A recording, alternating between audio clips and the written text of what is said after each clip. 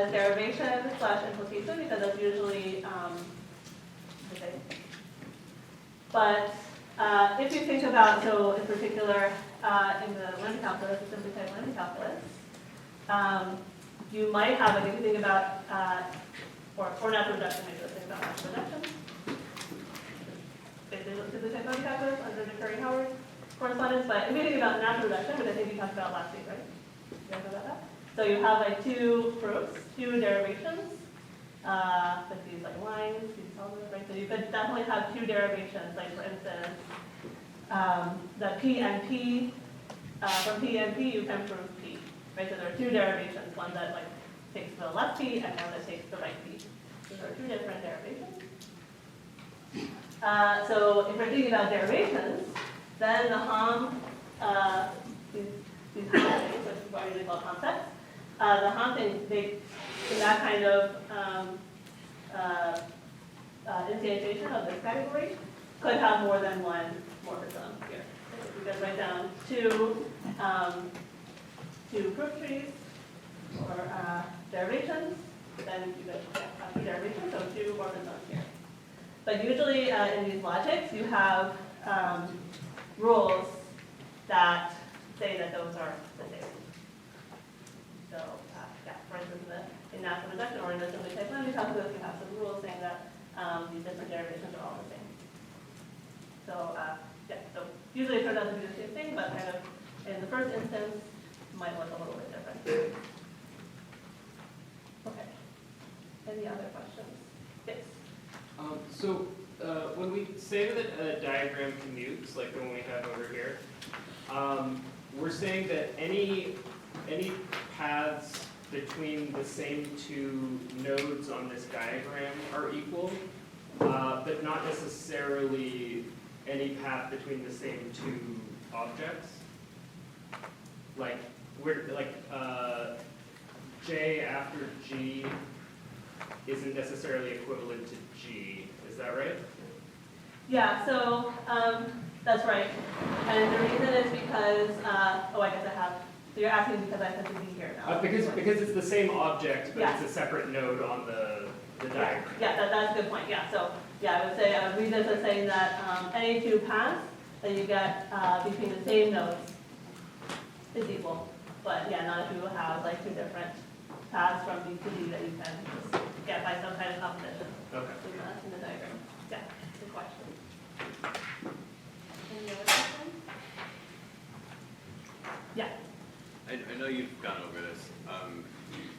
For the homomorphism for a proposition, is this just saying there exists a homomorphism if P does imply Q, otherwise there is not? Yeah, and in particular, there's at most one morphism. So there is a morphism, but there's exactly one. If P implies Q, and otherwise there's no morphisms.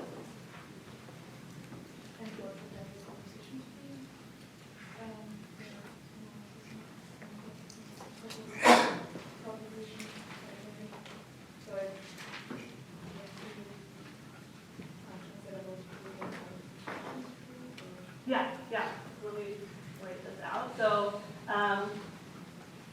if we have two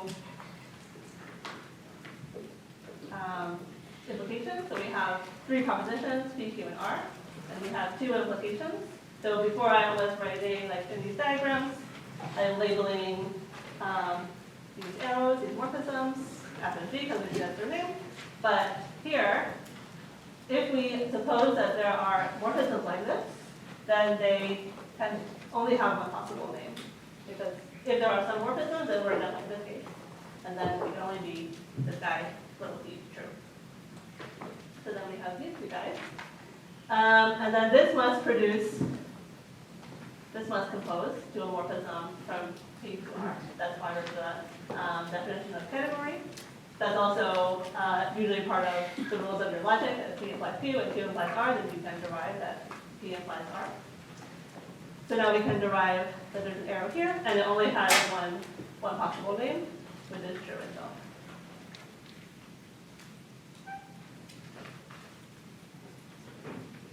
Yeah.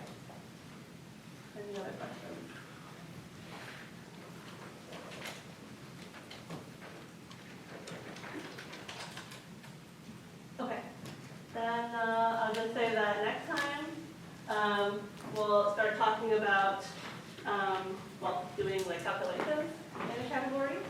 So we'll talk about terminal and initial objects. And these are the first instances that we'll see of defining objects in a category via their universal property. So I said that in category theory, what we're doing is studying objects, or like the first instance that I gave for what is category theory is that we're studying objects via their relations with other objects. And when we specify an object in a category via its relation with all the other objects in the category, that's called a universal property. So the first thing that we'll see are the initial objects and the terminal objects, and we'll see that we get particular objects, especially in this category prop and the category type that are important there. And then later in the week, if I get to it, we'll talk about how these kinds of universal properties, they give us, or they're the categorical version of the what might have been called inductive types or W types by Anya last week. Yeah, so we'll do that tomorrow. Okay, thanks.